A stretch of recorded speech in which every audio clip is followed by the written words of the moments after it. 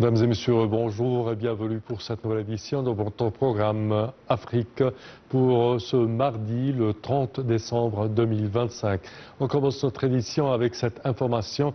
Le représentant permanent de l'Égypte auprès des Nations Unies, l'ambassadeur Ihab Awad, a affirmé que la reconnaissance par Israël du soi-disant Somaliland constitue une menace réelle pour la paix et la sécurité internationale.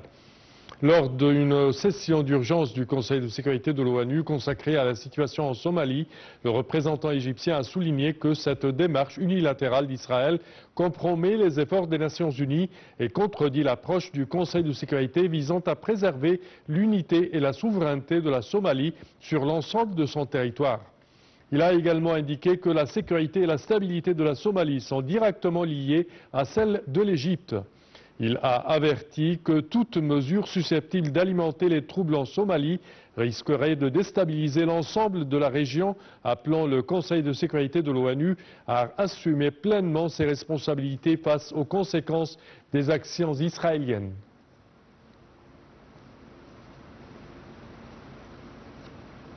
Et lors de la session d'urgence du Conseil de sécurité, le représentant de la Somalie auprès du Conseil a déclaré que la reconnaissance par Israël du soi-disant Somaliland est invalide et constitue une menace pour l'intégrité territoriale de son pays.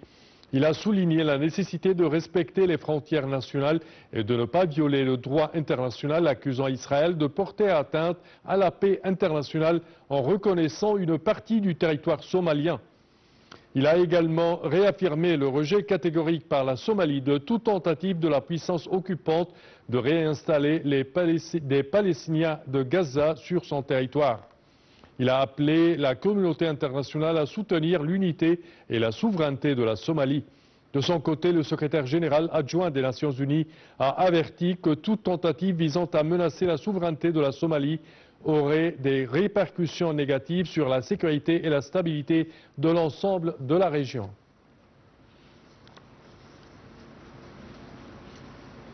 Et le président somalien Hassan Sheikh Mahmoud a rendu mardi en Turquie, ou s'est rendu mardi en Turquie, une proche alliée de son pays, 4 jours après la reconnaissance par Israël du Somaliland annoncée par le président, c'est ce qu'a annoncé la présidence turque.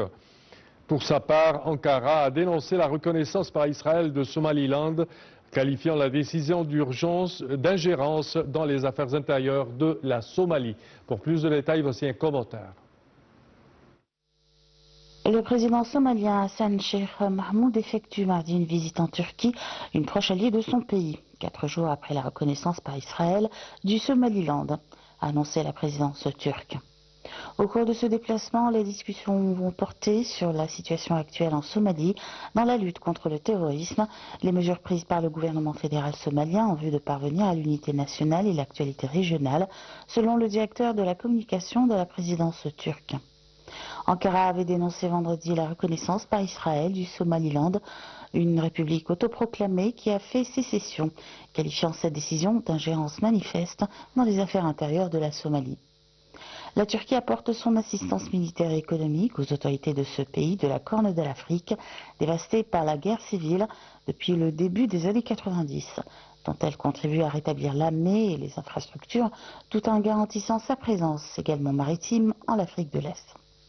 Ce territoire n'est reconnu publiquement par aucun pays, en dehors désormais d'Israël, ce qui le maintient dans un certain isolement politique et économique, malgré sa situation à l'entrée du détroit de Bab el-Mandeb, sur l'une des routes commerciales les plus fréquentées du monde, reliant l'océan Indien au canal de Suez. Et pour plus d'explications sur ce sujet, mesdames et messieurs, nous avons le plaisir d'accueillir au bout du fil son Excellence ambassadeur Ayman Musharraf, ancien ministre adjoint aux Affaires étrangères. Bonjour. Bonjour.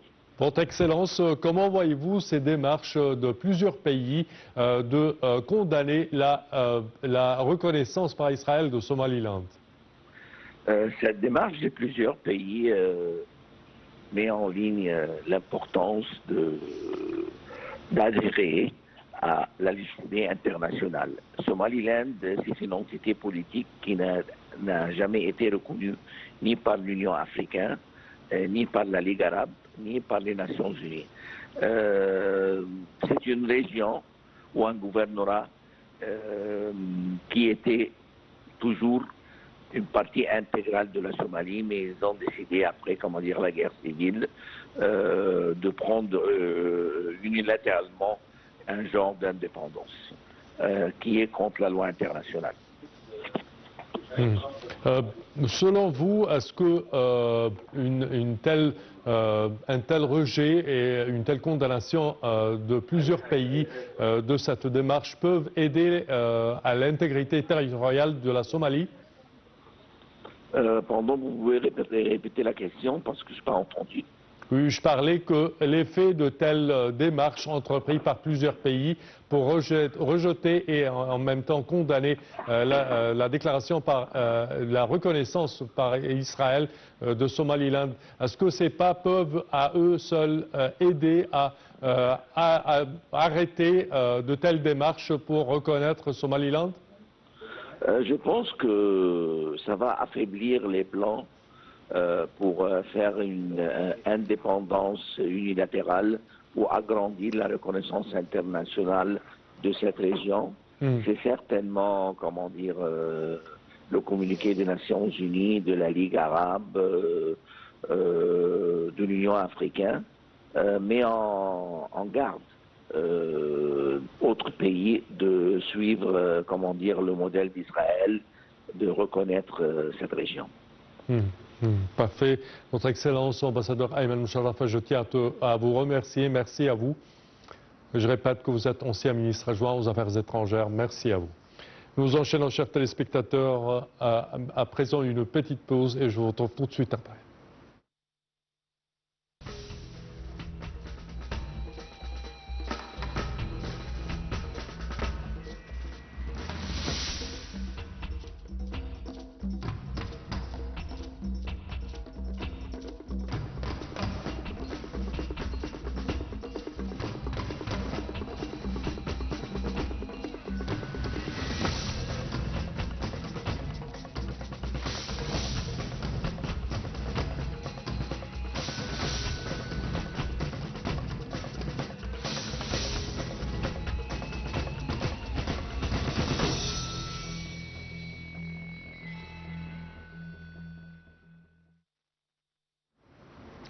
Et l'Égypte, chers téléspectateurs, a affirmé sa volonté de partager son expertise médicale et pharmaceutique au service des pays africains. Ceci intervenait dans le cadre du renforcement de la coopération continentale en faveur du développement durable.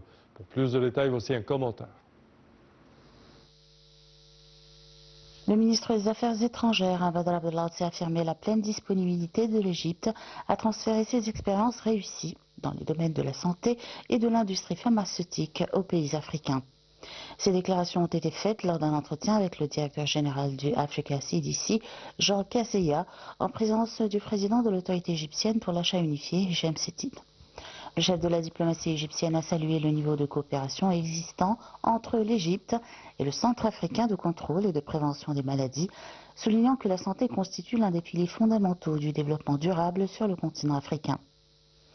Badr Abdelatty a mis en avant le rôle central des programmes de renforcement des capacités organisés par l'Égypte à travers le ministère de la Santé et de la Population en coordination avec Africa CDC. Ces programmes couvrent plusieurs secteurs, notamment les services de santé et l'industrie pharmaceutique, contribuant ainsi à l'amélioration des systèmes sanitaires africains. Il a également souligné l'importance de la coopération entre l'autorité égyptienne pour l'achat unifié et Africa CDC dans l'organisation du salon Africa Health ExCon, devenu une plateforme continentale majeure réunissant les acteurs du secteur de la santé et du médicament en ligne avec la vision égyptienne visant à promouvoir l'échange d'expertise et le développement des capacités africaines.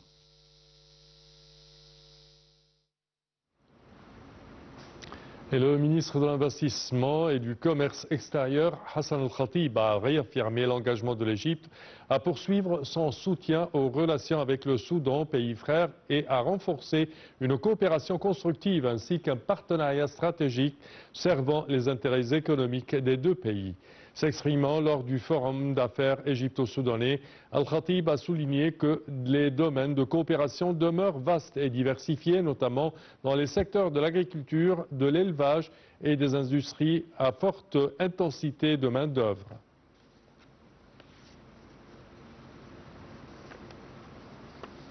Et la Banque centrale d'Égypte, la BCE et la Banque africaine d'import-export, Afreximbank, ont signé un protocole de coopération, un protocole d'accord plutôt en vue de créer une banque spécialisée dans l'or à l'échelle du continent africain. Cette initiative stratégique vise à renforcer les réserves de la Banque centrale, à réduire la dépendance vis-à-vis des centres de raffinage et de négoce situés hors d'Afrique et à restructurer et formaliser l'industrie ainsi que le système de négoce de l'or sur le continent africain.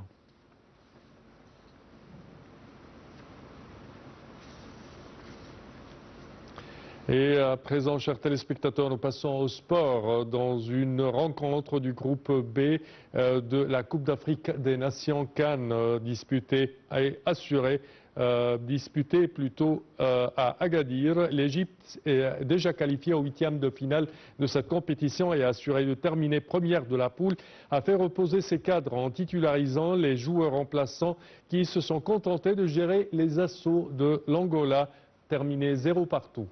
Voyons ensemble. Lors de la Coupe d'Afrique des Nations, l'Égypte a validé sa première place du groupe B avec 7 points à l'issue d'un match nul 0 partout face à l'Angola. Déjà assurés de leur qualification, les Pharaons ont abordé cette rencontre avec une formation largement remaniée. Le sélectionneur, Hossam Hassan, a choisi de faire tourner son effectif, offrant du temps de jeu à plusieurs éléments moins utilisés, tout en préservant certains cadres en vue des échéances à venir. Malgré ces changements, l'Égypte a affiché une organisation solide et une discipline tactique fidèle à son ADN continental. Si les occasions franches ont été rares, notamment face à une Angola entreprenante par conséquence, la défense égyptienne et le gardien Mustafa Choubir ont su répondre présent dans les moments clés. Avec 2 victoires contre le Zimbabwe, l'Afrique du Sud, puis ce nul maîtrisé face à l'Angola, l'Égypte termine en tête du groupe B devant l'Afrique du Sud, confirmant sa régularité et sa capacité à gérer les temps forts comme les temps faibles. En conférence d'après-match, Hossam Hassan s'est montré satisfait du rendement global, soulignant l'importance de faire confiance à l'ensemble du groupe. Il a assuré que les performances monteront en puissance lors des prochains rendez-vous avec un objectif clair, répondre aux attentes du public égyptien. Les Pharaons se projettent désormais vers les 8e de finale où ils affronteront l'un des meilleurs 3e des autres groupes avec l'ambition assumée d'aller loin dans cette CAN 2025. Et ceci conclut, chers téléspectateurs, notre édition d'Afrique aujourd'hui. Je vous remercie de votre attention et je vous donne rendez-vous demain à la même heure pour une nouvelle édition. Au revoir.